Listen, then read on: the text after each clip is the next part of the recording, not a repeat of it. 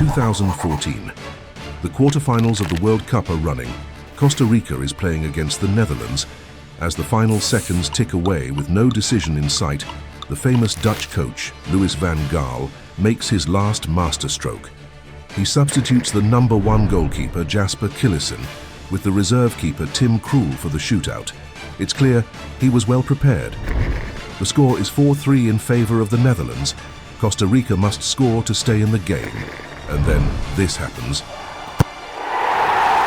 Tim Krul saves the penalty, deciding the shootout and the match. Are penalties a lottery, or was this a brilliant, premeditated move? The Dutch example was, of course, an exception. However, there are still players who excel in penalty shootouts. Gianluigi Buffon, the legendary Italian goalkeeper, stopped 38 penalties. Erling Haaland, Robert Lewandowski, and Romelu Lukaku have extremely high success rates and rarely miss. How do you take the perfect penalty? A penalty shootout can decide a match or even a tournament. Success often starts with the coach. Do they train for penalties? And do they use statistics to determine who is most successful? A good coach also ensures that decisions on penalty takers are made in advance to avoid stress and disputes. A mentally prepared player has a better chance of success. Various factors can influence a player, such as psychological factors. A player who takes their time or follows a routine is mentally calmer and has a higher success rate. Meanwhile, a rushed player often indicates stress and is more likely to miss. Goalkeepers sometimes use distracting and unconventional movements to destabilize the penalty taker. It's best to ignore the goalkeeper. Only the best players, like Lionel Messi, can maintain focus on the goalkeeper and remain undistracted. A bizarre run-up often does not help to destabilize the goalkeeper or increase the chances of success during a penalty. In fact, it can be counterproductive.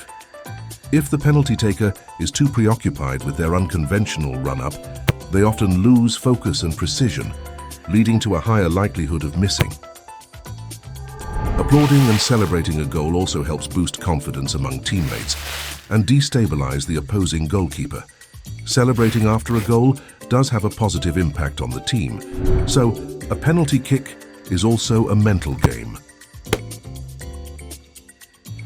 But you've probably been waiting for the answer. Where should players aim, the corner of the goal or straight ahead?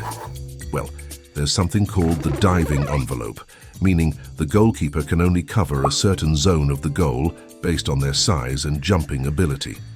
Usually, keepers don't reach the post, especially not in the top corners. This is called the unsavable zone. If a player shoots outside that zone, they have an 80% chance of success. Inside the zone, the chance is much lower theoretically.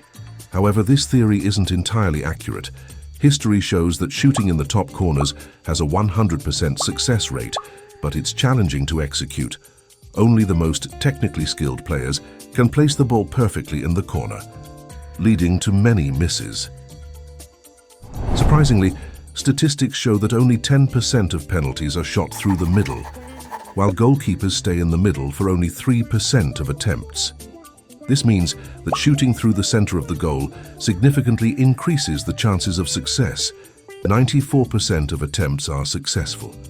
Additionally, shooting through the middle is less challenging, so players who aren't specialists at placing the ball in the corners might be better off shooting straight through the center of the goal.